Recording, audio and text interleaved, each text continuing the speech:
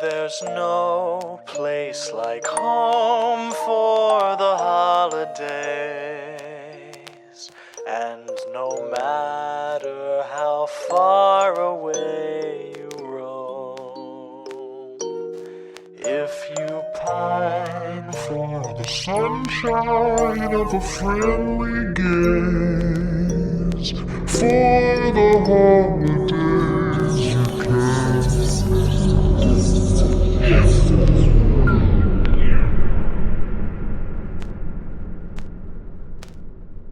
Welcome back to Horror for the Holidays, a Christmas horror movie podcast. I'm Jay Logsdon. And I'm Jeff Searcy. And Jeff, so you're not, we're going to do the same joke I think we do every year. Jeff, we're not wearing green. Ooh, stop pitching. Ooh, ooh. God. The pain. But also you've been gallivanting around, yelling about these people stealing stuff from you. My gold, Jay, has been stolen. You know what? You might have actually seen a documentary about my life, Jay, which was me as a 600-year-old man being viciously mugged and robbed of my rightful gold. And then a group of possibly teenagers, possibly people who are in their mid to late 40s. So shocked my microphone fell. It's hard to tell. Withheld my gold from me, and then were surprised when they reaped the consequences of such an action. Well, Jeff, I have in fact seen that movie. That's the movie we're going to be talking about today. Let's, I don't know, dance a jig into Leprechaun, released January 8th, 1993. Always a sign of faith when the studio puts your movie out in January. And you know what? Fuck those execs, because this movie rules. They didn't have any idea what they had on their hands. And I think judging by the fact that you can buy an 8-film Leprechaun collection, that should be proof enough of that. Yep. And this is arguably not even close to the best one. This is a rare example of a horror movie franchise that gets better as it goes along. And then gets worse. Well, yeah. The original when run, they start rebooting stuff. I was going to say, the original run up to Back to the Hood, that's some solid film right there, Jay. Written and directed by Mark Jones, who also wrote and directed Rumpelstiltskin. So he loved doing movies about weird little guys. Yes. Yes, originally more fairy tale inspired than it ended up being, but you know. Warwick Davis plays our titular Leprechaun and will be in 5 more of these movies. And they cast him because of his stunt-heavy performance as Wicket in Return of the Jedi. Hells yeah. And that is a fact that does not get enough praise in these movies. Warwick Davis does the vast majority of his own stunts in these. And wasn't like 16 when he was cast as Wicket? Yes. Like very nuts. young. I said while watching this, I was like, man, like, something to the effect of like, I can't believe like Warwick Davis was doing this for so long. And my wife went, how old do you think Warwick Davis is? And I'm like, I don't know, like 70, 80. He was in Return of the Jedi. No, he was 16. Yeah. Like that was, I think, his first thing. Dude's like 56. I mean, he had that. I mean, he had a solid. Basically, he proved not only did he have the physicality to do the stunt work that they needed, with Willow, he proved his like actual acting ability. I'm not sure if I'm gonna pronounce this right. Jennifer Aniston. Yeah, I think that's right, Joe. Aniston. I don't know. She plays Tori. I've never heard of this actress. Know nothing about her. You know, I thought she looked familiar for a second, Jay, but then when I got a good look at her, I was like, no way, that's anybody I know. Yeah. Not with that nose. Yeah, not with that nose. That's a great nose. The person I would think closest to that, her nose looks very plain by comparison. Yeah, I mean, there's that Jennifer Aniston lady who got famous from Friends, I think it was. But yeah, her nose looks like trash compared to this lady's. So, Ken Olant plays Nathan, and we will see him, we saw him last as Rob in April Fools. God, you know what? If you need a guy to be the on-screen tough guy, can't think of a better choice. Mark Holton plays star of the movie Ozzy, and we will see him again in Leprechaun Returns. I wish I knew how old he was supposed to be, Jay. That is a mystery that I need solved. So Ozzy, like in like descriptions, it's like, dim-witted or like slow. So it's like, okay, so like Ozzy's like the special needs friend. Except you watch it, it's like he's just kind of dumb. Yeah. He's just kind of a dumb guy, but everyone else treats him like, oh, there goes the guy with special needs. I don't think anything he does in this movie really reaches that level. It's like, yeah, he's pretty much just like a dumb guy. Yeah, he occasionally says dumb stuff like that. That's kind of, but everyone acts like he's the stupidest person they've ever met. I mean, we've got experience with that. Yeah, we're two dumb guys. We're a couple of dumb guys. Dumb guys recognize fellow dumb guys, and a couple of fatzos, as the Leprechaun calls out cruelly. Robert Gorman is Alex. Shay Duffin is Mr. O'Grady, and Pamela Grout is Mrs. O'Grady. God, talk about, that intro is like straight out of Tales from the Crypt, and I love it. It feels like a Tales from the Crypt or a Twilight Zone or like a Tales from the Dark Side. John Sandiford is JD, Tori's dad. Tagline: her luck just ran out. Like it. Pretty good. Budget of $900,000, a box office of $8.5 million. That's a hit. Hit by any way you slice it. Ladies and gentlemen, we have a hit, which is even more because January is the worst month to release a movie. It still did that well. Yep. Like, that is nuts. That is nuts to me. And not even close to St. Patrick's Day. Where to watch, currently streaming. I think it's free a couple places. Peacock is a good place if you want to see it free, but honestly, just buy the collection. Yep. I think I got this collection here for like $10 or something at Walmart. I picked up the HD version of it on Fandango when they were doing their movie sale for the criminally low price of $8. Oh, that's amazing. Personal experience. I think I've seen this one before. I know you've seen all of them. A lot of people. I mean, if you were watching movies in the 90s, you probably rented this or somebody rented this from Blockbuster at some point and you watched it. Or you saw it as a rerun on TV. I know it used to play on the Sci-Fi Channel. I was going to say, a lot of people, I think, probably saw this on Sci-Fi Channel. But yeah, I mean, a lot of people. See, this is the thing is, a lot of people have seen this movie and they like this movie, but they've never gone any further into the franchise. And I could say, this is like, I would say, the baseline of a Leprechaun movie. There are at least 3 Leprechaun movies that are better than this one. When they're not the ones you think. Space, Hood, and Back to the Hood. Yes. No, Space and Hood, definitely. They're better than this movie in pretty much every way. I filmed in California, I think I saw. Yes, it filmed entirely in California, although they did do a decent job of making it seem like a more like rural Midwestern type setting. Yep. I don't have anything else, so unless you got any extra little tidbits, I'm ready to synopsize. I got some stuff. So, of course, we talked about Warwick Davis.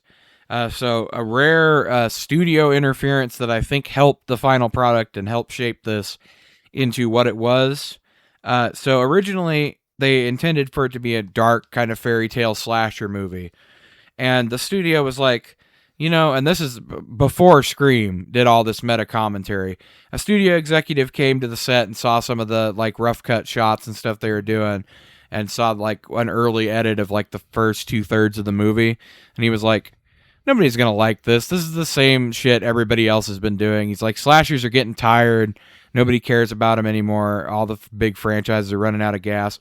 What we need to do is make this comedic.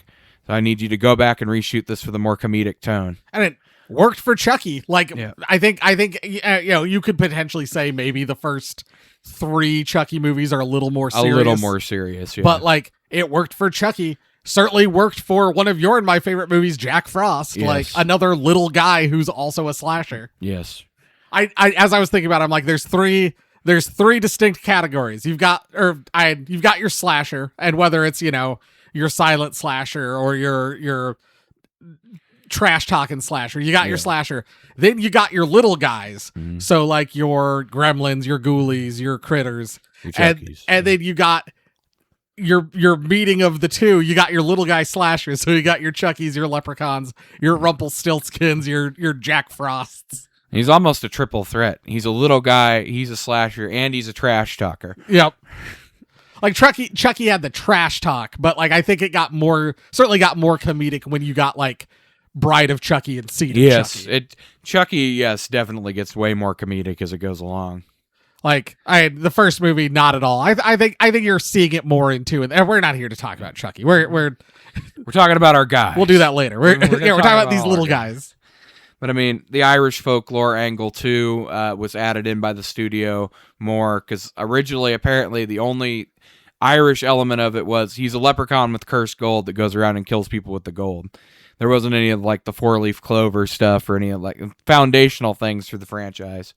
So a rare good studio interference doesn't happen very often. No, not at all. Every once in a while, somebody at the studio actually knows what's going on. And of course, the producers basically had no faith in it, as we said, and decided to dump it in January, where it did incredibly well, especially in $93, $8.5 million on a $900,000 budget is like an out-of-the-park hit. Yep. I did a conversion. That would be the equivalent of spending about $2 million on a movie today and having it make 50. That would be a hit today. Yeah. But, I mean, other than that, we talked a little bit about, it was mostly filmed outside Santa Clarita, California. They actually built the interior sets for the house, which I thought was nice, instead of just trying to film in a random place they found. Because they're like, we got to do some trapdoors, like especially like the cabinet scene and stuff like that. They had to have tunnels and trapdoors for Warwick Davis to move through. Oh, we've got to have this basement covered in spider webs. It took and tarantulas. 2 to 3 hours to apply the makeup to Warwick Davis, and then he did 10+ hours shooting days because they needed to keep the budget low. And so they're like, all right, well, we got to shoot long shoots then, which normally what a movie with a higher production budget would do would shoot Warwick Davis in shorter sessions. So, it wasn't as grueling. Right. But no, he's like, no, I could take it. So yet again, proving he's a trooper. And of course, we have some great practical effects in this. We'll talk about the kills later, but one of the things that was an incredibly intricate behind-the-scenes operation was the pogo stick kill. Oh, excellent! Putting that together, one of my favorites. So we could talk about that a little bit. It might be my favorite in the whole movie. But it would involve some very close timing. We'll say that almost ended in disaster. Oh, you ready? You're ready to? I think to dive in. Let's dive in. All right, we see our leprechaun walking down some steps into like a cave and looking at his gold, me gold, yes. As he says, "Try as they will and try as they might, who steals me gold won't live through the night." Yes. Cut immediately to this poppy song that goes, "Won't you be my 4-leaf clover?" Yeah, when that's on the radio in the background at the diner, I was like, yes. Yes. It's no Warm Side of the Door, but it's pretty good. I mean, nothing is Warm Side of the Door. Oh, no, that doesn't. Sorry, 4-leaf clover doesn't come until a little bit later. Sorry. Yes, we got our cold open. Yeah, opening credits, title card, roll over Mr. O'Grady arriving home to his farmstead in a limo. He chugs the last of a bottle of Jameson and throws it on the ground and tells his wife that they're rich now. Mrs. O'Grady is confused because he was supposed to be in Ireland burying his mother's ashes, but he brought an urn back with him. He then smashes it. God, I love her horrified look when he smashes the urn on the porch. And reveals a bag of gold. Me gold. He caught a leprechaun and made him tell him where his gold is. Inside, Mrs. O'Grady is making tea, and she hears a child singing "Mary Had a Little Lamb" from inside one of Mr. O'Grady's suitcases. Very creepily, by the way. She unlocks it, and out steps the leprechaun. Crowd goes wild. Oh, my God. He tells Mrs. O'Grady he wants his gold, and runs towards her, and she falls backwards down a flight of stairs into the basement, snapping her neck. Also, a little bit of foreshadowing of the leprechaun's ability to mimic voices, which will come in handy later. Mr. O'Grady comes back in saying he hid the gold, and using Mrs. O'Grady's voice, the leprechaun asks where he hid it, and then walks out carrying the tea that Mrs. O'Grady was making. Yes, I want to just say, when he knocks her down the stairs, and she's running backwards or whatever, and he stops, and he's like, oh, well, is that tea I smell? And then later on he goes, I told her to watch her step. Yep. Mr. O'Grady runs and grabs a gun and a 4-leaf clover, which frightens the leprechaun, who runs off. Mr. O'Grady chases him to the basement, and the leprechaun taunts him with the corpse of his wife. Oh, my God. Mr. O'Grady shoots the leprechaun. Your bullets won't stop me forever, O'Grady. Yep, and he says, I'll keep coming back. And Mr. O'Grady seals him in a crate and puts the clover on top of it, sealing the leprechaun inside. who provides commentary the whole time that like Mr. O'Grady's dumping gasoline and hauling his wife upstairs. Don't have a heart attack now. And then says he curses him, and Mr. O'Grady is about to strikes a match and is about to throw it down the stairs, but he keels over and dies or has a heart attack. Has a stroke, apparently. Yeah, we'll find out later. Before he can set the leprechaun on fire. Oh, boy. Music swells, and we see the crate rocking back and forth slowly as the camera pans out. Cut to, won't you be my four-leaf clover? 10 years later, Tori is complaining to her dad, JD, that she has to spend the summer in New Mexico, and her dad corrects her, North Dakota, and she says, like it matters, it's not LA. Yep. Which tells you everything you need to know about Tori. Also, would make more sense if it was New Mexico because of the tarantula in the basement Yep. instead of North Dakota. But whatever. JD shows Tori the house they will be staying in, and it's the abandoned O'Grady place. I got a great deal. The basement is full of cobwebs and tarantulas, and Tori storms out saying, staying here is worse than summer camp, and she immediately runs into Nathan, who she immediately insults, but when she realizes he's a hot guy, she starts flirting with him. Changes her tone real quick. Oh, the 90s. Oh, boy. And that was also her getting indignantly upset about his comment, too, about her being afraid of the house and spiders or whatever. I was like, you were literally just afraid of the spider. And JD is ready to leave, but because Nathan is hot, Tori decides she wants to stay. Like we're hanging around. We are then introduced to Alex, Dennis the Menace style kid, and Ozzy, who talks about seeing a UFO. Can we just talk for a second about their truck, Jay? Three guys that paint. Three guys that paint, and it's like, oh, it's like Saved by the Bell like font. Yes. And also, this is where we get later on. There's Nathan is going to make a comment about them being late to the diner or whatever, and he's like, "Ah, they're just kids." How old is Ozzy supposed to be? He looks like a mid-40s man. They're just kids. Probably stopped to get Ozzy a comic book. Yeah. But yeah, they're there doing the painting of the house. Three guys who paint, Jay. What else would they be doing? Alex is generally kind of mean to Ozzy. And yeah. Yeah, some good. There's some good-natured back and forth, but yeah, at some points he does make some seemingly needlessly mean comments. But almost everybody does. Yep. Tori goes down to the basement with drinks, looking for Nathan, who surprises her. She sees the old crate, and Nathan talks about how O'Grady was a weird guy who collected weird stuff. They're about ready to open the crate when Ozzy screams, and I had a question. What if the entire movie was building up to somebody getting ready to open this crate, but then they never do? We just get 90 minutes of like increasingly like insane reasons to not open the crate. That would be... See, Jay, that ties into another idea I've had, is to make a multi-part movie series where people are putting together a crew for a heist, and then the heist never happens. It's just all the build-up part. Turns out Alex caused Ozzy to spill paint all over himself, and everyone but Ozzy thinks this is hilarious, and rightfully so. After cleaning himself up, Ozzy hears a child singing in the basement. I think it's Ring Around the Rosie. Yes, it is. He goes down to investigate and brushes away the dried up floor-leaf clover. Damn. And out of the crate pops the leprechaun, who offers to shine Ozzy's shoes, but first he needs me gold. Yeah, the little piccolo melody that whenever the leprechaun appears is great. Ozzy runs outside, and everyone dismisses that he saw a leprechaun. They all go to the basement, and there's no leprechaun because he's hiding. But like Ozzy, it was just a rat. You really did a number on that crate, Ozzy, where it's clearly burst from the inside. and then like they're hearing all this like banging and stuff. Oh, it's just this little rat. And it's like, there's no way that rats and leprechauns are the same. Ozzy, you just saw a rat. There's no way they're the same size. There's no way a rat would be making that much noise moving around in there either. Ozzy then sees a rainbow, and people brush it off, but Ozzy knows it's a sign. He leads Alex to the end of the rainbow that ends at an old broken down truck, and inside Ozzy finds a single gold coin that Alex immediately takes from him. Yes. And then Alex gives it back because he found the whole bag of gold.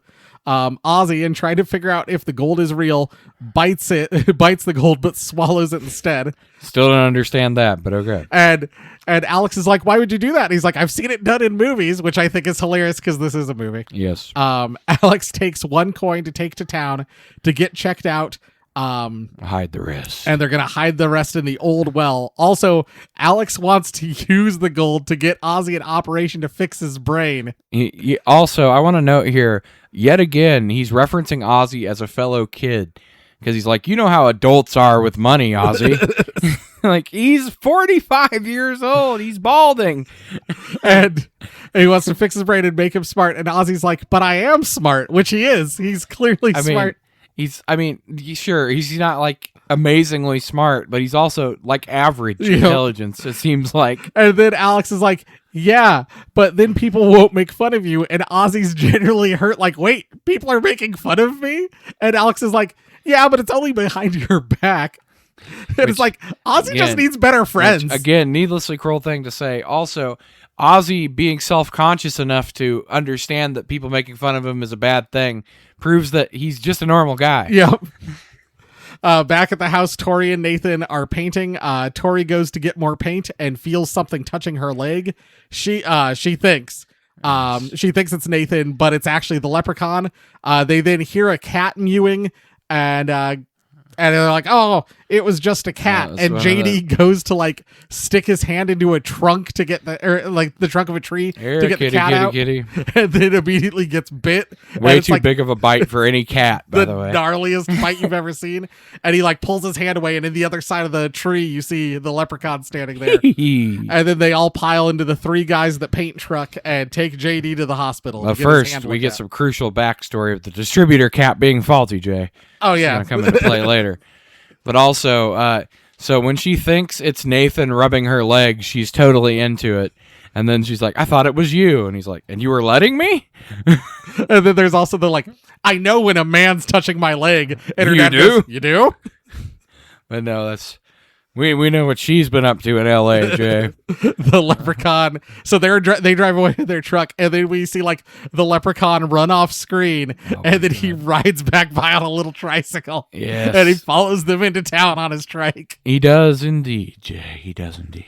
They arrive at the ER, and everyone just splits up. JD has to go to the doctor by himself, as Tori and Nathan go to the diner to get food. Oh, come on, Jay. And Alex and Ozzy go to check out the coin. It's just a cat bite, Jay. Don't take it so seriously. It's a man-sized cat bit my hand, and it looks like it's going to fall off. It's fine.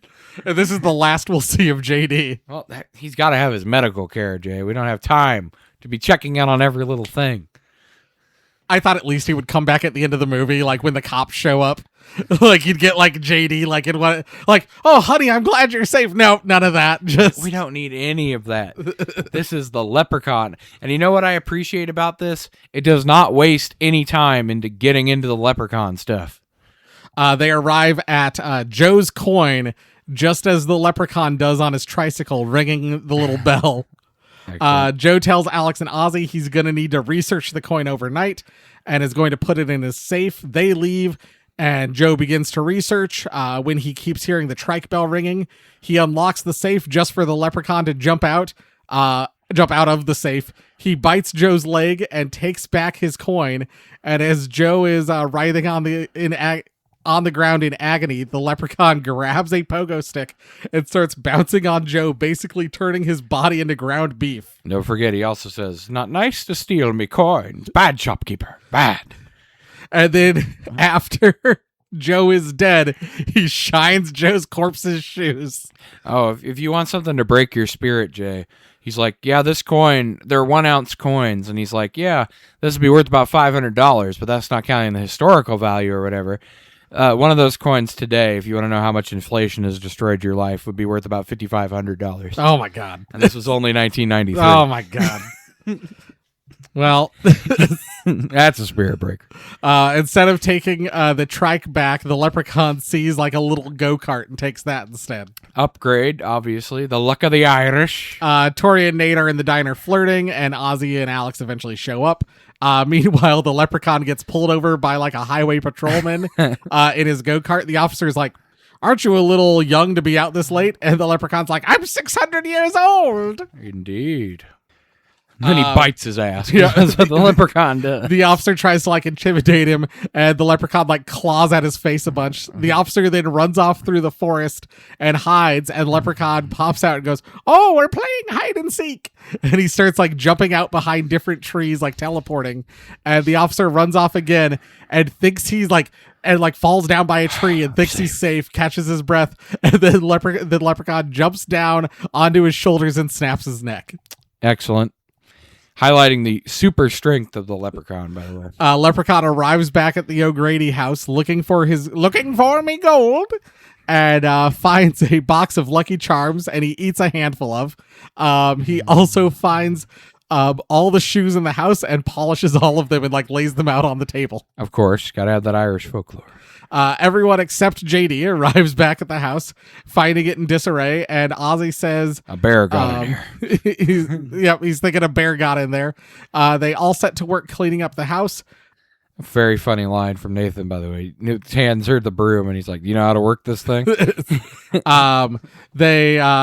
Tori and Nathan then hear the bell ringing, but it's just Ozzy. And then like time goes by, and they keep hearing the bell ringing, and it's not Ozzy now. And Nathan goes outside to investigate and trips and lands in a bear trap. Classic. The leprechaun pops out and is going to chop off Nathan's leg with an axe, but Nathan's able to like fight him off one-handed, takes the axe, and then Ozzy and like Tori run out and also start attacking him. And like I think at one point, like Tori or Ozzy has like a boulder and is gonna like pretends to like bash him in the head with it. Ozzy calls the cops, who don't believe him that a leprechaun is attacking the house. Meanwhile, Alex gets the shotgun, and Nathan shoots the leprechaun, who falls over bleeding like green goo. Yes, the green goo.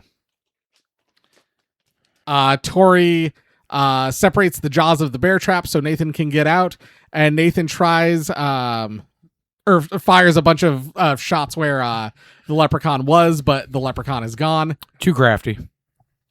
In the house, the phone is dead, and they're able to patch up Nathan's leg, and then they and then to head to the truck to take Nathan into town.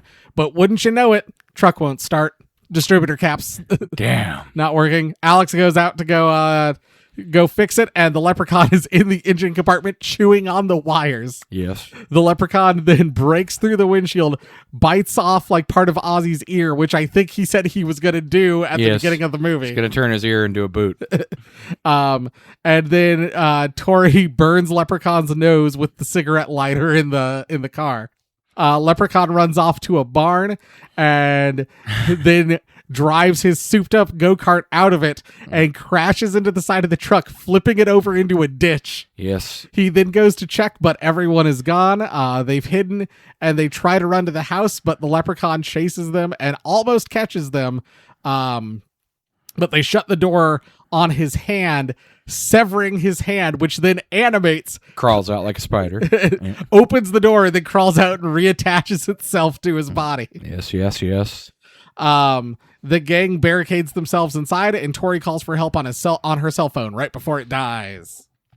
It's on my portable, guys. It's like a red, like old flip phone, like the size of a brick. Yes. We see the sheriff calling a deputy to go check out the O'Grady farm after Tori's phone call. But, it's not like shot of the sheriff, shot of the deputy talking. It's just the sheriff until the very end. I also want to point out that earlier Ozzy tries to call, and he's like, send the army, send the navy, send everybody. The leprechaun is attacking. And then they're like, it was just Ozzy talking about a leprechaun attacking. It's like, what was it last week? Bigfoot? Yeah. Aliens, Bigfoot. I don't remember. And then at the end of the call, we see why it's only been shots of the sheriff, because the deputy is dead in the passenger seat and the leprechaun's the one on the radio. Back at the house, Tori still isn't convinced that it's a leprechaun. I know. Until Ozzy mentions the gold, and then she kind of thinks it might be a leprechaun. Tori goes out to the well to retrieve the gold just for the leprechaun to show up and take the gold and start counting it on the ground. Tori goes back inside so they can get everyone to the hospital. Outside, the leprechaun's counting his gold, but realizes it's only 99. They took me coin! Me coin. Did you hate it when someone takes your coin, I hate Jay? when someone takes me coin. Alex goes to get some ice for like Ozzy's ear. My ear. But Leprechaun just jumps out of the fridge and tackles him. They then kind of chase the Leprechaun or somewhere else in the kitchen, and he runs into a cabinet and then keeps popping out of different cabinets as they're opening the doors. And he's like, "Oh, should have checked door number 3. Should have chose door number 2, boy." And then pops out of a drawer. His hand pops out of a drawer and grabs Nathan's dick and twists it. Ooh, not the old dick twist. They chase Leprechaun around the house, and he comes down the chimney at one point with a ho ho ho as Nathan shoots him, but the Leprechaun just hops up again and runs off. And I mean, he's at 99% power now, Jay. He's way more powerful. And rides around on a skateboard for a bit. Yes. And then they can't find him again, and they're like, "I think he's in the basement," and then he bursts out from underneath the floorboards. Yes. And then at one point, the phone starts ringing. The phone that they knew was dead starts ringing. Tori goes to answer it, and You got my coin, bitch? and Leprechaun's on the other end, and then his hand emerges from the receiver, a la Fred Krueger, Freddy Krueger style. Yes. But instead of his tongue, it's just Little his hand. little hand. Little monster hand. My coin. I also like the phone ringing again after it's been ripped off the wall. Yeah, it rings again. Ozzy then says the reason he's looking for the coin still is that he swallowed the last coin and is going to give himself up, but then they realize they need to go see Mr. O'Grady instead and see if he has any ideas how to stop the Leprechaun. Because as soon as he figures that out, he jumps up. I think he's on Nathan at that point. He jumps up off Nathan and he's like, "Then what I need is your belly." Nathan and Ozzy throw a bunch of shoes so Tori can escape to find Mr. O'Grady. He's got to start polishing these things. At one point, while Tori is fleeing in the family Jeep, the Leprechaun teleports behind the Jeep on little roller skates. He's at 99% power now. He can do that, Jay. But she takes a sharp turn, and he skates into a fence, leaving an outline of his body, Looney Tunes style. I literally wrote Looney Tunes And style. then he steps back out through it like, oh. And then skates off again. Tori arrives at the Chillview Center, which is the name of the retirement home. Chill, bro. I just loved that it was Chillview. Yep. Finds Mr. O'Grady's room. We also get a sight gag where she sees the shadow. It looks like the Leprechaun. And then she rounds the corner and it's just like a bunch of like a mop and some gloves. That's pretty good. Doesn't look a thing like the Leprechaun. She gets to Mr. O'Grady's room, and at first, like, Mr. O'Grady's talking to her like, yes, I know how to defeat the Leprechaun, but I won't tell you. Only one way to kill a leprechaun, but I'll never tell. And she spins it around, and it's the Leprechaun wearing Mr. O'Grady's clothes. Yeah. But sitting in Mr. O'Grady's wheelchair, but it's the Leprechaun.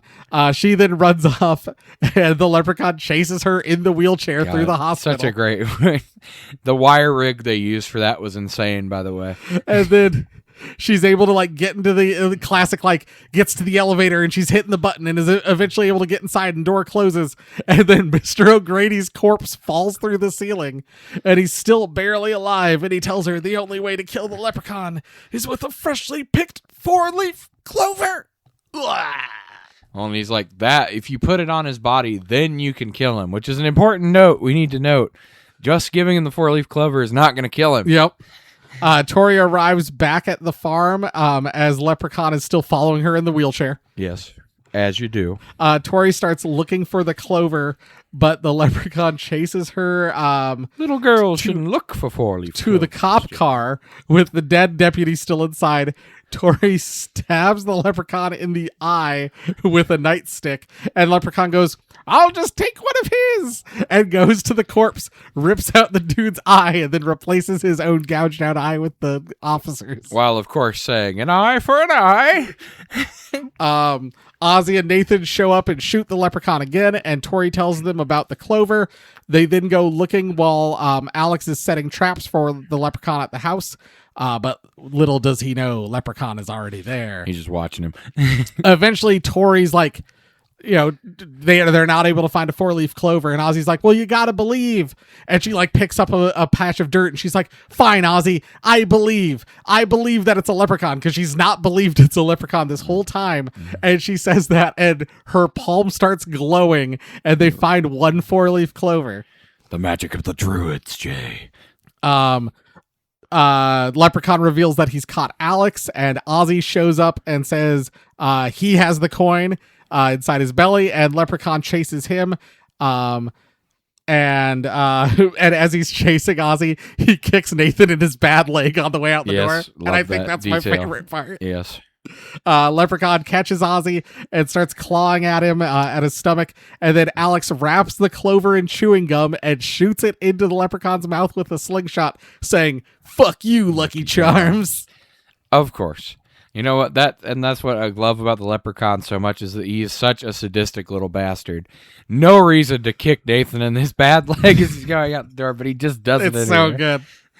Leprechaun then starts melting and leaking green blood before his magic starts to leave, and he turns into like a leprechaun skeleton that's still kind of animated and falls into the well. They think everything's fine, but he starts to crawl out again, looking even more goopy and skeletal. And then Nathan runs over and like knocks him in with the butt of the shotgun, pours a bunch of gasoline into the well, and then lights it on fire, and it explodes. Yes. Some time passes because it's been night the whole time, and now it's suddenly like this. You see the sun rising, and a bunch of police officers showing up. The well is still on fire, and we hear Leprechaun's voiceover saying like, he'll not rest till he gets his gold. Credits roll, end of movie. What the hell happened to JD? He had to stay in the hospital overnight. He's still in the hospital. That was a pretty serious cat bite. It's big and has human-like teeth, Jay. I don't understand. End of movie. God, no, this movie wastes no time. There's no long, awkward, boring parts where people are like, what's happening? What's going on? You know it's a leprechaun from the very beginning. You get like a 10-minute section of them meeting the characters or whatever, and then bam, you're right into leprechaun shit. You get Leprechaun gets put away and then gets immediately taken back out like 20 minutes later. Yes, Leprechaun is in the Leprechaun movie, which is the downfall of so many of these movies, is the bad guy is either not doing what he's supposed to be doing, or he's barely in the movie. Like, Jason on a Boat, aka Jason Takes Manhattan. Right. Yeah, if they had just called it Jason on a Boat, no one would have it. And then they went to Manhattan. If it was the exact same movie, but they just called it Jason on a Boat, and then they wound up in New York City, no one would be disappointed. But it's the fact that they call it Jason Takes Manhattan, and he spends 20 minutes in Manhattan. Maybe. Yeah. No, you know what? You go to the Leprechaun movie to see a leprechaun being a little shit, and you see him being a little shit for the entire movie. Talking about me gold. He wants his gold, which is, I think, honestly, the best motivation out of any of these slashers, Jay. Freddy's got his weird sadistic sex bullshit. Fred Krueger, mom. I mean, Jason's got, I drowned in a lake forever ago. Michael's got something. I mean, depending on which iteration of Michael we're talking about, he's either an unstoppable thorn-cursed demon or a kid who is sad, I guess. or both. Or a weird guy who hangs out in the sewers. Yep, eating rats or something. But the Leprechaun, he wants his gold, Jay. That's what he wants. He wants me gold. I want me gold. He wants his gold. He wants his coin. He wants you to fuck off. Anything else, or are you ready to dive into categories? I think we might as well get into our categories. All right, where do you want to start? Jeff, where would you like to start? Let's see. My categories 3. Let's do sets of costumes. All right. We need a St. Patrick's wearing theme. Green. Wearing green. There you go. All right, there you go. Sets, costumes, etc. Great gore and some actually like pretty effective jump scares. Yes. That's what I want to like. It has a comedic tone to it, but it is not so comedic that it's not like scary. It's still a horror movie. And great comedy. Like Yes. some real funny gags, some real funny lines. Like It's so rare that a horror comedy actually lands. I mean, we've had a couple. We've had a because couple. We've watched so many, but it's rare. it is rare. I'd say probably for every 10 movies that attempt it, maybe one does it good. I will say I loved all like the Dutch tilts that were used in this movie, especially like in the nursing home, like when Tori's like running through the halls, like you can like eat, like you just like the camera's like Dutch tilted to one side or the other. Loved it.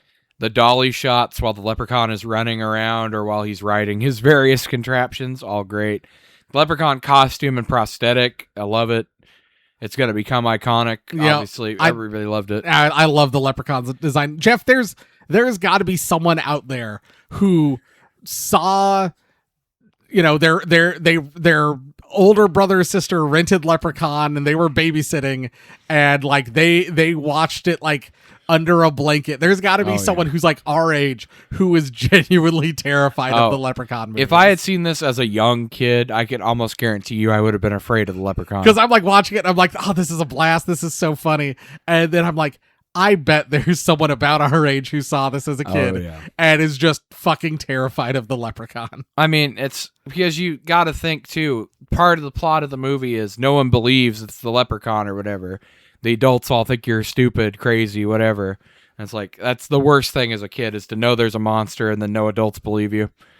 St. Patrick's Day spirit. Do you got anything else? I guess first. I mean, just I thought they did a good job of making it not look like California, which a lot of movies fail to do. I didn't get the Halloween. We've talked about that quite a bit. Those famous Illinois mountains and green trees. Yes, Jay. Everybody knows the Illinois mountains and the green trees in October.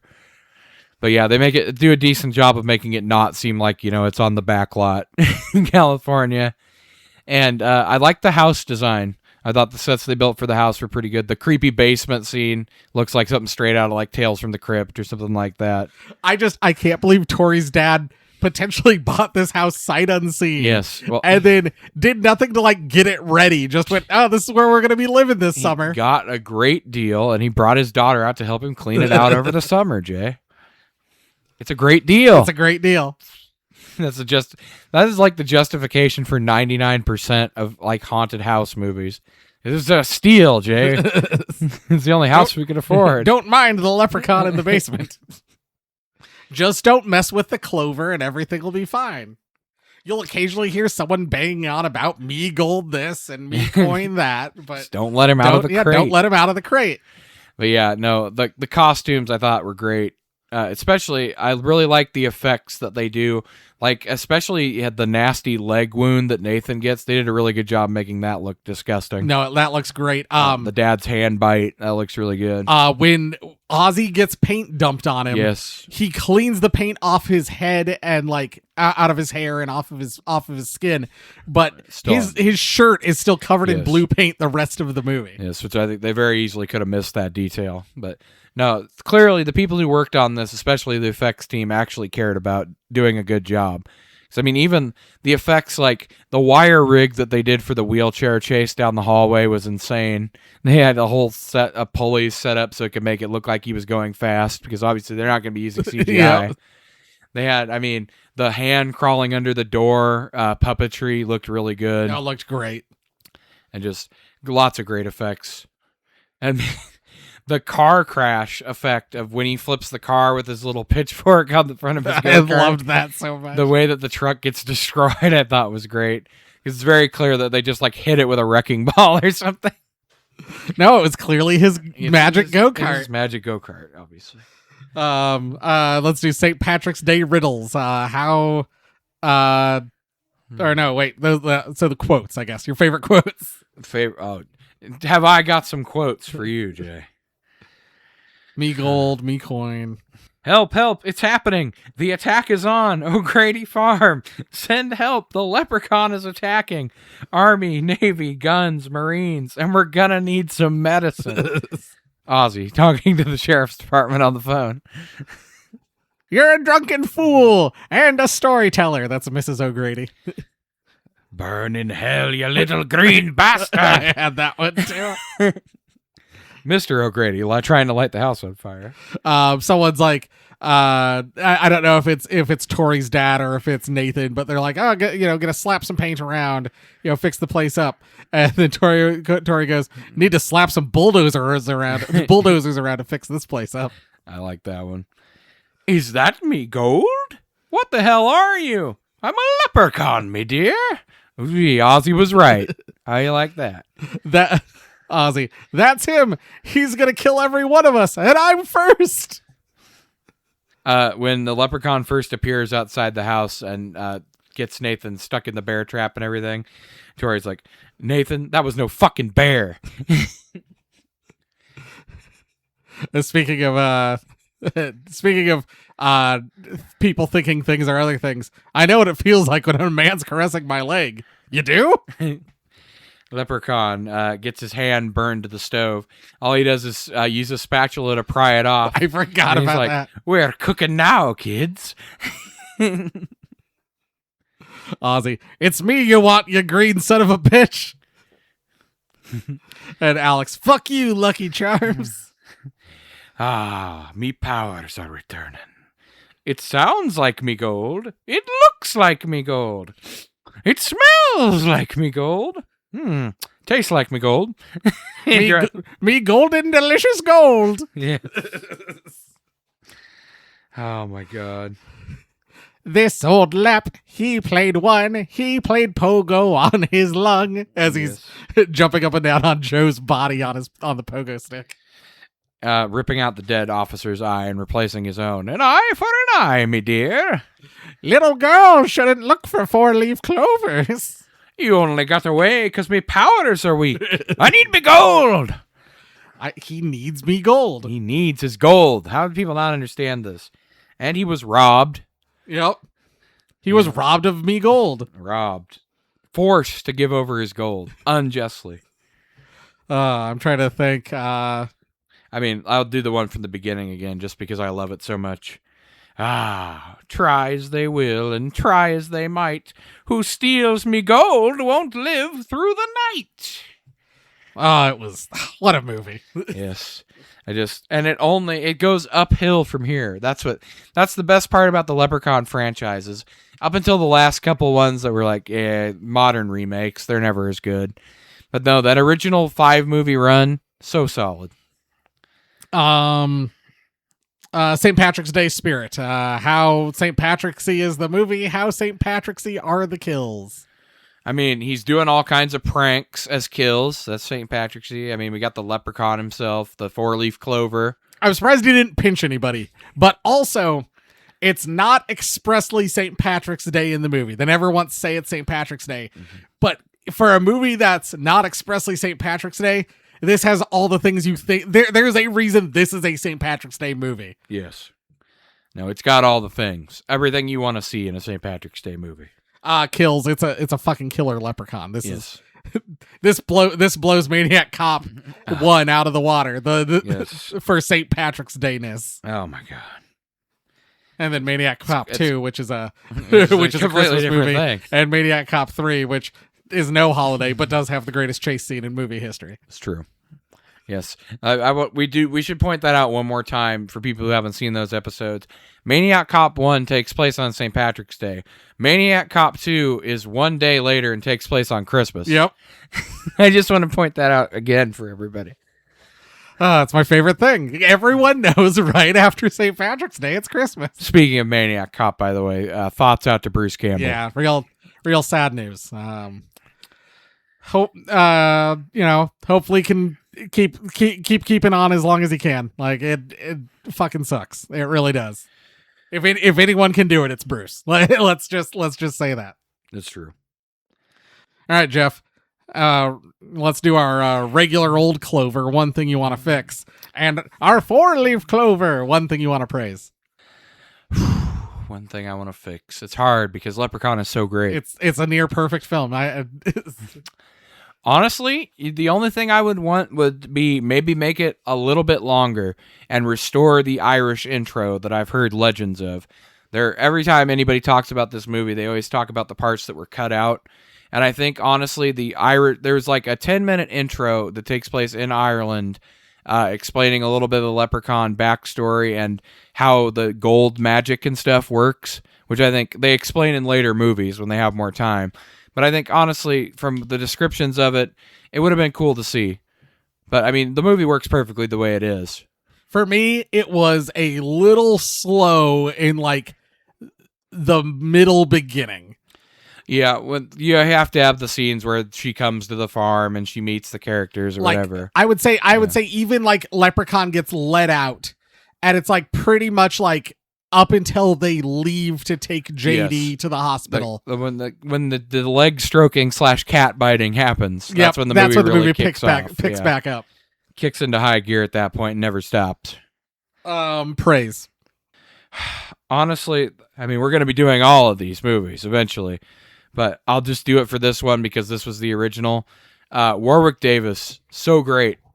Does not get nearly enough credit. I mean, people talk about him usually as, hey, it's the guy from Willow or it's the guy from Star Wars. He should be the guy from Leprechaun. He should be the guy from Leprechaun. This is his role. He made it his own. He improvised almost all the insults and rhymes and things on set. Does a great physical performance. Makes him a believable threat. It feels so...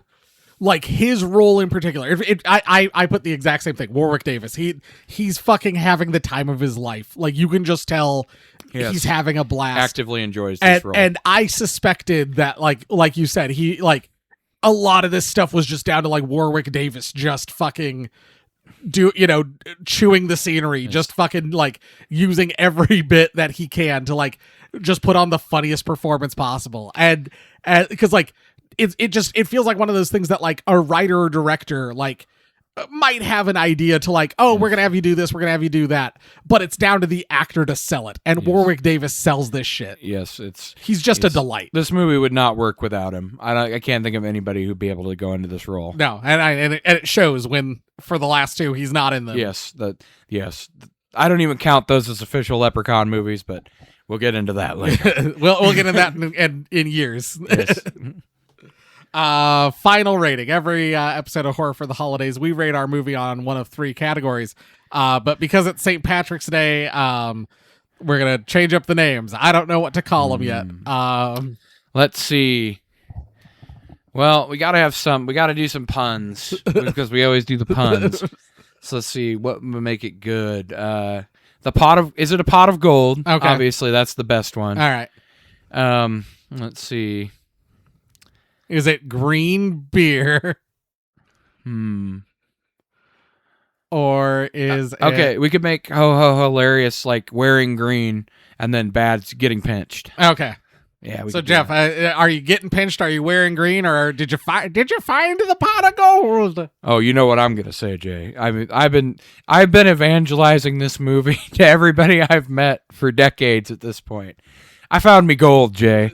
I found the gold at the end of the rainbow. It's Leprechaun. It's Warwick Davis. I cannot recommend this movie enough, and I cannot recommend enough following it through to the end, at least to the end of the Warwick Davis run in this franchise, because if you like this movie, you ain't seen nothing yet.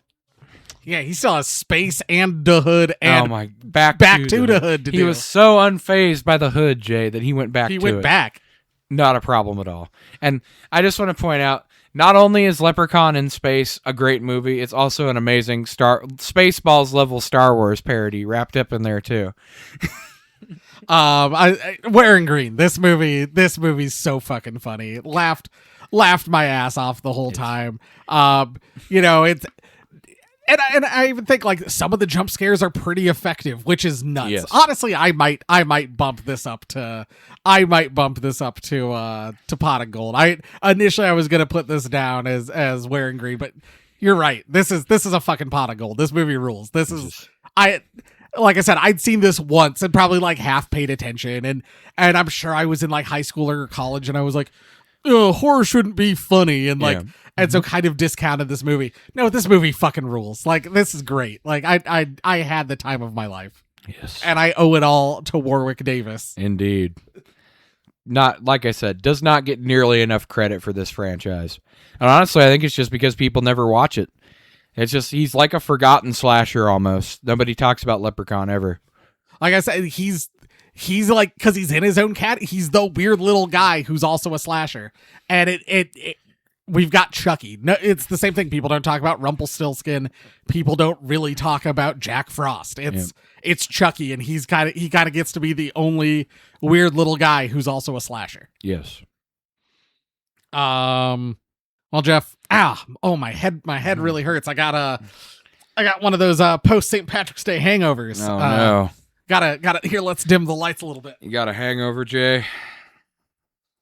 There. That's better. Let's do some reviews for people who are uncultured swine. I mean, honestly, this has a fucking 35% from audiences on Rotten Tomatoes. Peacock does that little thing where it shows you like the tomato score, and I'm like, how is this green? Like, how is this the green tipped over popcorn bucket? Like, what the fuck? People they don't know. Nobody knows, Jay. 2 out of 10. Not much happens in this movie. Are you fucking kidding Literally, me? the entire film is self-contained. Everything happens. Literally, this is an entire story from start to finish. And other than about a 15 to 20 minute section near the beginning, shit does nothing but happen in this movie. I love bad horror movies. On the whole genre is unspeakably bad. Horror films is typically funnier than movies that try to be funny, such as You've Got Mail. Take that, You've Got Mail. What the fuck? But this movie, Jeff, I granted I don't have the date they wrote this, but the cultural touchstone that is You've Got Mail. Yes. But this movie is so bad, so shamefully poorly constructed, which once again, everything's laid out in the movie. I was not laughing. I was just bored the whole time. Well, not the whole time. At the end, when the leprechaun climbs up out of the well with his face peeling off and screams for the last time, I want me God. I was laughing. And it was kind of funny when he summons his bag of coins from Jennifer Aniston's hand, and you can see the string guiding it over to him. Those are good moments. That's why I gave this film a 2 instead of a 1.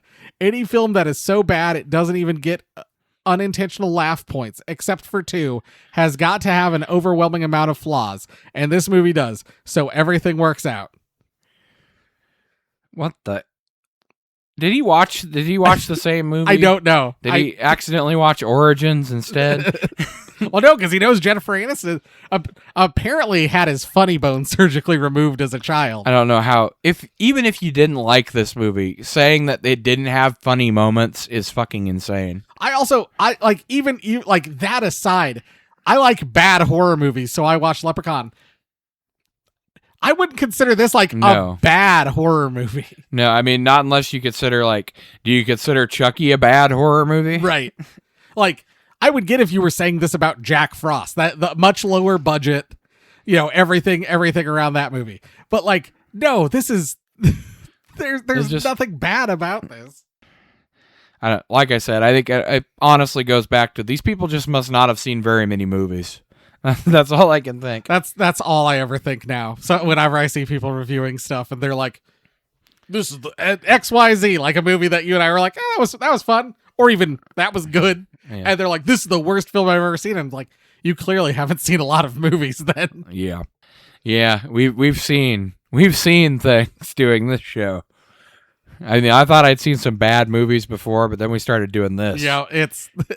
I'm right there with you, buddy. I feel the exact same way. Every time we think we can't possibly find another sub-basement of badness, it happens. Literally, there are worse movies in this franchise. There are legitimately bad movies in this franchise. This is not one of them. There's definitely a couple bad movies in this franchise, for sure. If you told me a horror movie about a killer leprechaun could work, I'd say maybe if it leaned into the creepy folklore. Instead, Leprechaun feels like someone dropped some Irish mythology into a blender with terrible jokes, cheap-looking special effects, and even though it features a pogo stick murder scene, it manages to be both ridiculous and boring at the same time. This movie can't decide if it wants to be scary or funny. The result is a total disaster where nothing works. The only frightening thing here is realizing that somehow this movie became a franchise. 1 star, but I'd make it 0 if I could. Boo. Go fuck yourself. Hey, wait, that's our line. What the fuck? bad effects. These are excellent I was effects. going to say, these are great effects. I don't know what people are talking about. I've seen that comment pop up again and again. Cheap looking effects, bad effects. I'm like, clearly you haven't seen very many bad effects then if you think these are bad effects. Yeah, you haven't seen Christmas Craft Fair Massacre. There's some effects that are worse in the movie we're going to talk about on Stocking Stuffer after this, Jay. I'm sure you probably think of a couple of the effects I'm talking about. 1 out of 10. One of the worst movies I have ever seen. Once again, you probably haven't seen very many movies. You've seen 2 movies, apparently. When I rented this movie, I thought I was in for a classic and memorable horror experience. You were. You had that. I mean, everybody's heard of this movie, right? So it would have to be sort of good. Wrong. This movie was so bad, it wasn't even laughably bad. Which, again, no. Like I said, even if you don't like this movie, there are so many things in this that are funny. I mean, even if you just say, oh, it's a bad horror movie and it's funny. When it was supposed to be scary, it wasn't. When it was supposed to be funny, it wasn't. The whole movie is pretty much just a sight gag. Haha, look at the midget run. It's not that at all. It's not. With some sort of poor excuse for a plot. Oompa Loompas are funnier and scarier. Also, it has one of those feel-good endings that really makes me hate 90s horror. This movie failed miserably. Literally, the leprechaun's still alive in the well, saying he'll be back for me gold. Yes. Literally unkillable, and they set it up as a franchise in the first one. They don't have to do any Halloween 2 style bullshit to make this a franchise. Yep. They never once draw attention to the fact that the leprechaun is small, I will point out. They treat him once they figure out what they're dealing with, they treat him as a real threat the entire time. Yep. It's never a joke. So I really don't get that part. Yeah, I don't know what they were saying. Honestly, I think that person's own biases are poking through. Yeah, I think that's more reflective of the reviewer than the movie. Yep. All right. Which we find that often in these reviews. Some horror movies are so bad they're entertaining. Leprechaun is not one of them. It's as if someone watched... First of all, it's as if... Get your head out of your ass, please.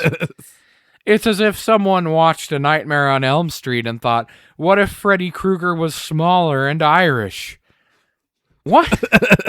And also constantly rhymes like a cereal mascot.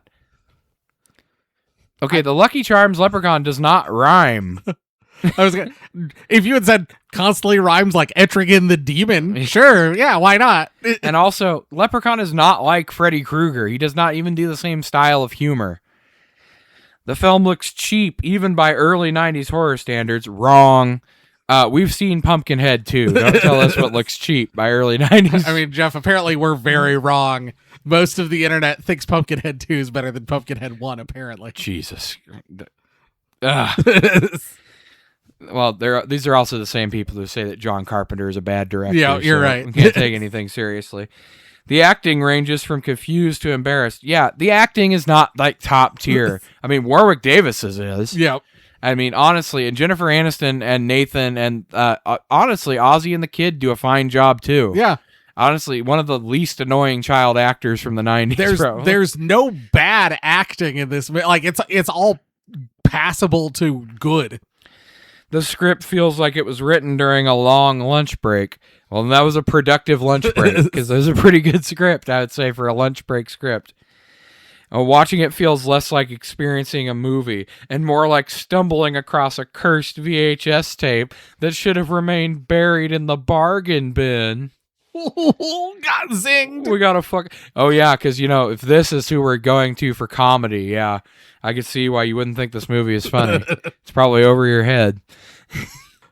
1 out of 10. Ugh, if you rent this clunker, that tells you how old this review is because they're renting a movie. If you rent this clunker, your luck just ran out. This movie was stunningly poor. Stunningly poor. I am at a loss to explain how anyone could justify one sequel, much less 3. Oh, buddy, I got some news for you. I was going to say, 3? Hell, I can't figure out how this damned movie even managed to get distributed in the first place, despite the Jennifer Aniston factor, which is really no factor. Her feeble powers are completely overwhelmed by this amateurish nightmare of a film. I also want to point out that she was a nobody when this movie was like, made, by the way. This is her third credit or something. This was not like a star power thing for her. The story is dull, the dialogue is flat, and the decrepit little villain is evil in the most unimaginative, unmagical ways. Are you fucking kidding me? It's hard to believe anyone could write such a boring, labored script. If you're looking for a pot of gold at your local Blockbuster, once again, it shows you how old this review is, don't bother searching for it in a plastic case marked Leprechaun. All you'll find there is a tepid cauldron of algae-coated swamp water. 14 people found that helpful, but 24 people disliked it or whatever. Good. I'm glad. Should be more, by the way. That review was by Mr. Zebra back in 1999. I clicked over and saw that part. That's rough. I can't believe this movie exists. A killer Me leprechaun. neither. It's great. Fine.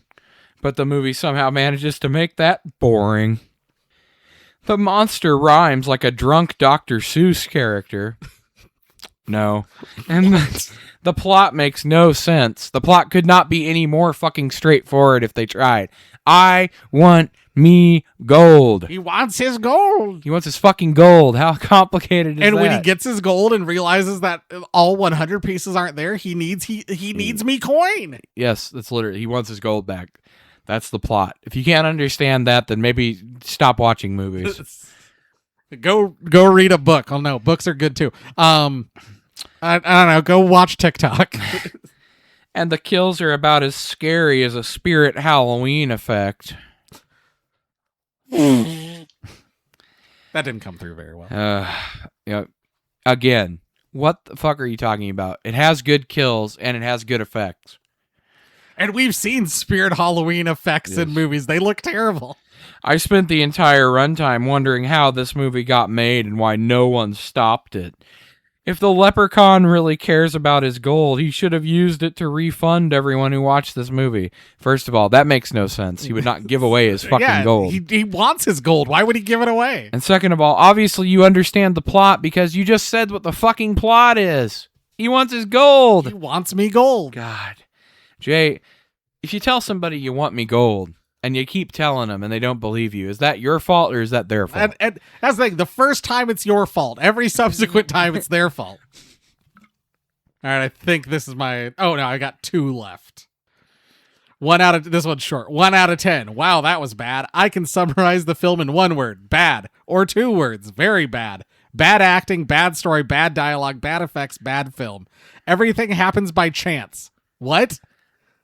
No, it doesn't. And nothing is justified. This has no entertainment value whatsoever. Stop, Jay. You justify this fucking Leprechaun movie to me. Justify it. You justify its existence. Well, I don't. And nothing happens by accident. The Leprechaun literally tricks him into opening the crate. Yep. And tricks Mrs. O'Grady into opening the suitcase. Yes. This has no entertainment whatsoever. It's hard to believe it spawned several sequels. The writer-director has some ideas, but didn't know how to gel them together to make any sense. This could not be a more simple movie. How does this not make sense? Jeff, these are the same people who, did John Carpenter killed Michael in Halloween 2. Halloween 3 comes out because Michael and Loomis are dead. And then they went, where the fuck are Michael and Loomis? That's true, Jay. That is very true. You know what? This is why we can't have good movies from the Hollywood studio system. Because people like this go to fucking test screenings, and then they have to dumb the movie down so much and make it so predictable that it's not fun anymore. No, yes, absolutely. I can't understand this plot. What does the leprechaun want? What is his motivation, Jay? We've got to have a cold open scare at the beginning of every single one of these horror movies. That way people will know it's a horror movie. Indeed, indeed. How else would they figure it out, Jay?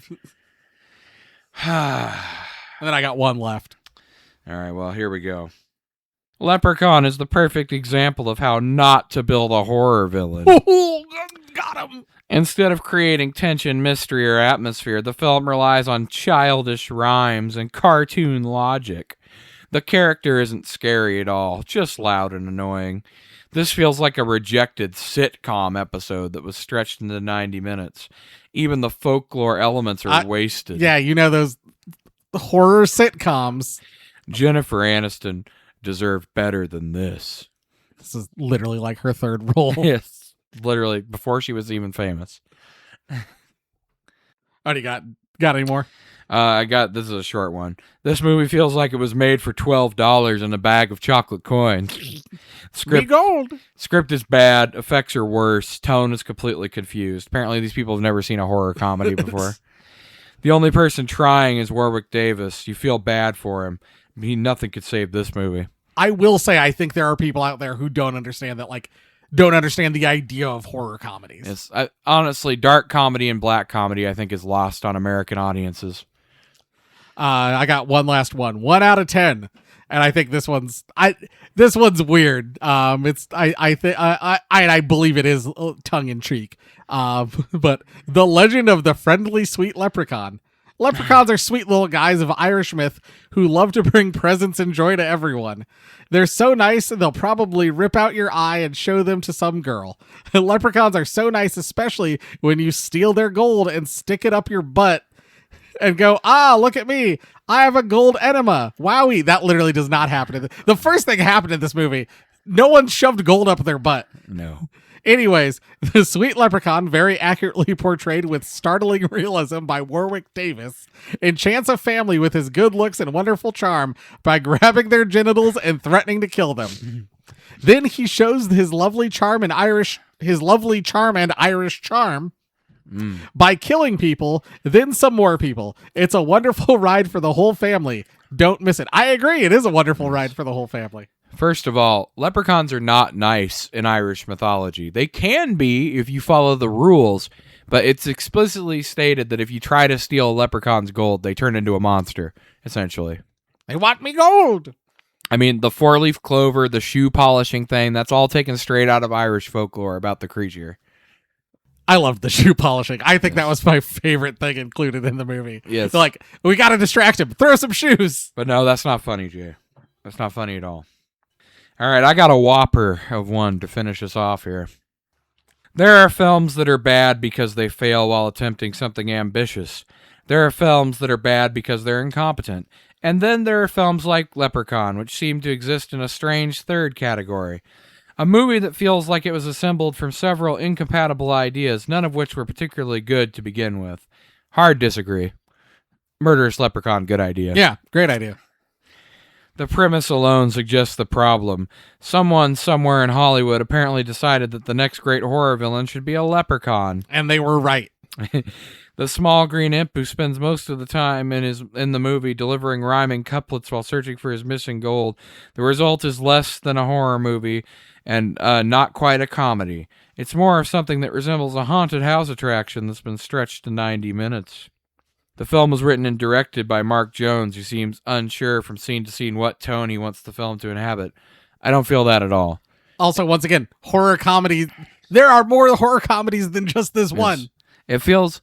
That's the thing, is like the tone feels pretty consistent.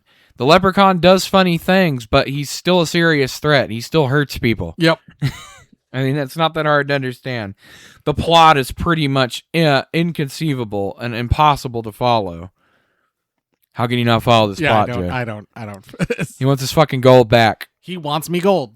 The monster is played by Warwick Davis, an actor who has proven in other films that he possesses considerable charisma and physical talent. Here he's buried beneath prosthetic makeup and forced to perform dialogue that seems to have been written by someone who believes rhyming automatically equals humor. Well, obviously he didn't look too far into the movie because those were lines that Warwick Davis made up himself. And also, doesn't rhyme the whole time. Not even close to the whole time. In fact, I think he only rhymes 5 or 6 times. He doesn't rhyme that often. Yeah, it's not like slow down there, Etrigan the Demon. Yes, he's got lots of funny lines, but they're not all rhyming lines. He gamely tries to give the character personality and occasionally succeeds for a moment or two, but ultimately he's fighting a losing battle against this unwinnable proposition. One of the oddest aspects of Leprechaun is its complete inability to decide what it wants to be. The film's violence is simply too silly to be frightening, but too mean-spirited to be funny. At one point, the creature kills a man using a pogo stick, a moment that sounds amusing but when described, but in practice unfolds with dull inevitability of a joke told too many times. Disagree. He played pogo on his lung. Exactly. By the time the closing credits roll, the audience is left with a peculiar question. How did a horror movie about a murderous leprechaun manage to be so dull? 1 star. Dull is far from what I would describe. I was going to say, of all the things you could describe this movie as, dull would be the last thing I would probably describe this movie as. Well, Jeff, when you're, I don't know, when you're going out drinking for St. Patrick's Day, sometimes you want to make sure that, there's enough room for you in the club. It's true. Is Leprechaun getting on the list? Oh, he's getting on the list, Jim. And he's getting on, he gets on above Cordell. Oh, easily. I mean, let's just put it this way. That maniac cop would be searching probably for one or both of his eyes by the time he's done with the leprechaun. Like, Leprechaun has reality-bending magic. Yes. Cordell's a zombie cop. I mean, don't get me wrong. He's a cool zombie cop. Who drives a car while on fire, pushing other cars out of the way with his bare hands. We like the Maniac Cop, and he gets a serious upgrade in power level in Maniac Cop 3. Yep. But, no, the Leprechaun's just, his magic's too strong. And he's basically unkillable. He is. So. Well, all right, Jeff, it's time for this. Garbage Day! Huh? No!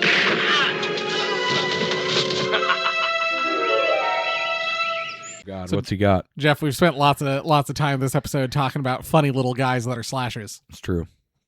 You got a funny little guy over there. I got you a funny little guy that's a slasher. Oh, a good guy's doll, They're good guys blind boxes. Oh, boy. He wants you for a best friend. Let him share your secrets. Not creepy at all. That's the thing. One of the things I think that makes Chucky work so well is that the good guy's doll is fucking creepy, even if it wasn't inhabited by a murderer. You could get a construction worker, a fearless fireman, a cowboy, a soldier, a doctor, or a baseball player. I'm hoping for a soldier or a doctor, Jay. Hi, I'm a good guy. Let's play. Okay, here we go.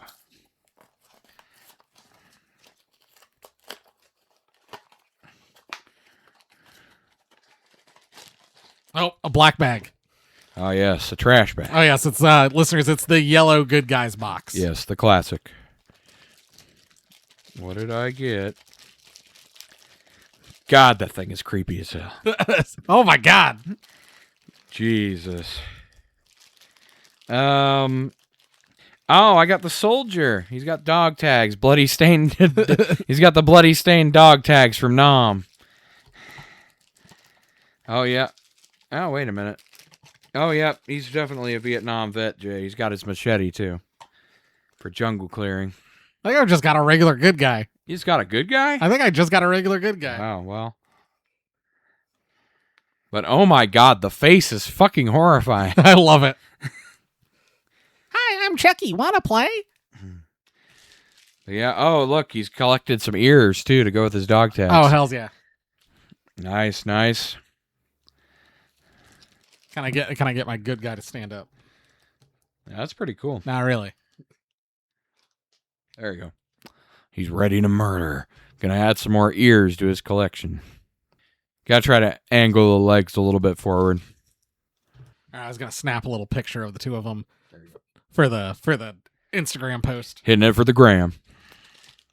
God, the sculpt on that face. Ugh. Ugh. Listeners, check out the Instagram because this thing is horrifying to see.